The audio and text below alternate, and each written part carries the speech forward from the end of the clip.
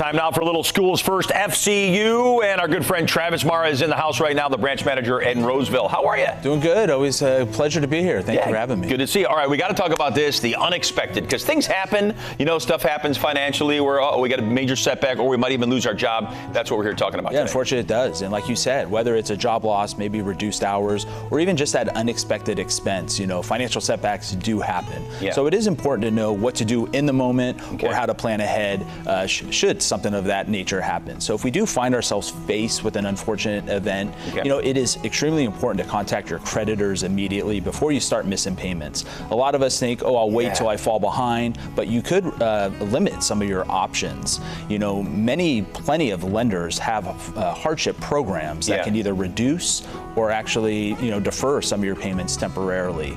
But being proactive really shows that responsibility and can allow more tools to handle your situation. Got that, yeah. So we want to be calm at first, right? Sure. It's like, oh my gosh, I just lost my job. So you want to be, you know, impulsive and do specific things.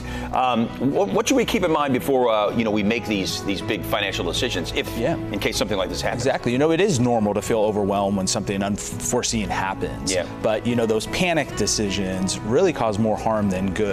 For example, should you be offered, say, a severance package? On the surface, it seems, hey, a no-brainer. But, you know, that could impact your eligibility for unemployment benefits. So before you kind of make decisions, take a breath, you know, read the fine print, and perhaps have a conversation with a financial advisor if possible.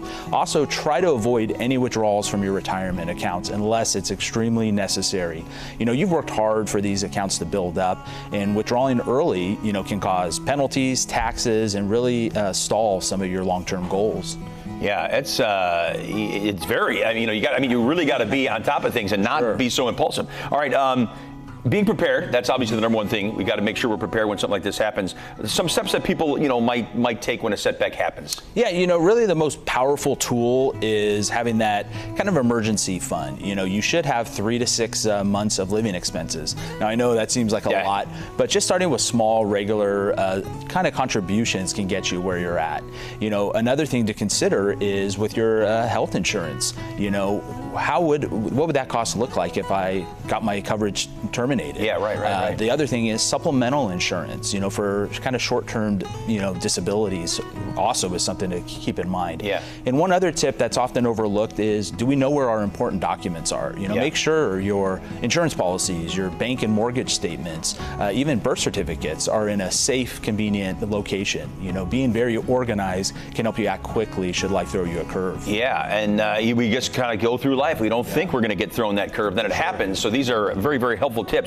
And speaking of these tips, I'm sure you got a couple last ones you want to leave us with, because I mean, you can never be too prepared. No, not at all. And some of us may be going through it right now. And there are a few small steps that we can take right away that will have some lasting impact down the line. You know, first, just start with a simple budget if you haven't already. You know, just knowing where my money is going each month can make me feel kind of more in control of my finances. You know, second is really prioritize your spending. You know, really focus primarily on those essentials. It's your housing, your utilities, groceries, and then kind of look at what can I cut out temporarily. I think we all have too many subscriptions, and some of us may go out to eat far too many times. And then, you know, lastly is don't hesitate to seek assistance. You know, whether that's a sit-down chat with a financial counselor or using online tools to help guide you through all those options. There's a lot of resources out there and ways to help you kind of navigate those. Absolutely. And lastly, you know, during these like uncertain times, you know, any step forward, as small as it may be, is still a step forward, that's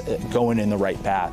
And as always, for more information, visit us at SchoolsFirstFCU.org. Yep, that's how you got to do it. All right, Travis, thanks for coming in. He just said it right there. There's the information. There's also a phone number. You can give him a call there too. Great info as always.